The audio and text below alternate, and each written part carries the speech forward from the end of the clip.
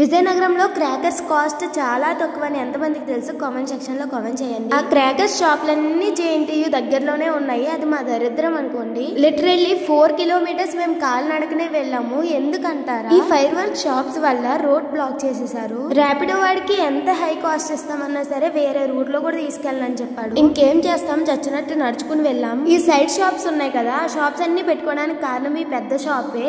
ఇదే చాలా పెద్ద షాప్. ఇక్కడ యాక్చువల్ గా ఒక వ్లాగ్ తీయాలని నాకు ఐడియా లేకుండే, బట్ ఇక్కడ కెమెరాస్ పట్టుకుని చాలా మంది తిరుగుతున్నారు. వాళ్ళని చూసాక నాకు అనిపించింది why not we should try అని చెప్పేసి. ఈ 4 ఇయర్స్ లో దీపావళి ముందు రోజు నేను ఎప్పుడు ఎక్కడికి వెళ్ళే, సో నాకు తెలీదు. ఇక్కడ ఉన్న క్రౌడ్ కి పోలీసులు ఒక టెంటే వేసుకున్నారు. విజయనగరంలో ఉన్న వాళ్ళందరికీ ఈ అడ్రస్ కరెక్ట్ గా తెలుస్తుంది, బట్ నాకైతే తెలీదు. జేఎన్టీయూ దగ్గరలో ఉందని మాత్రం తెలుసు. సో విజయనగరం వాళ్ళు ఎవరైనా నా వీడియో చూస్తూ ఉంటే ఫుల్ అడ్రస్ కామెంట్ సెక్షన్ లో కామెంట్ చేయండి, నేను పిన్ చేస్తాను. ఇంకా అలా నడుచుకుంటూ ఫైనల్ గా జేఎన్టీయూ జంక్షన్ కి వచ్చాము. ఇంకా 1.5 కిలోమీటర్స్ ఉంది, కానీ వెదర్ మమ్మల్ని అస్సలు డిసప్పాయింట్ చేయలేదు. హ్యాపీగా నడుచుకుంటూ వెళ్ళిపోయాము. వీడియో నచ్చితే సబ్స్క్రైబ్ చేయండి. బాయ్.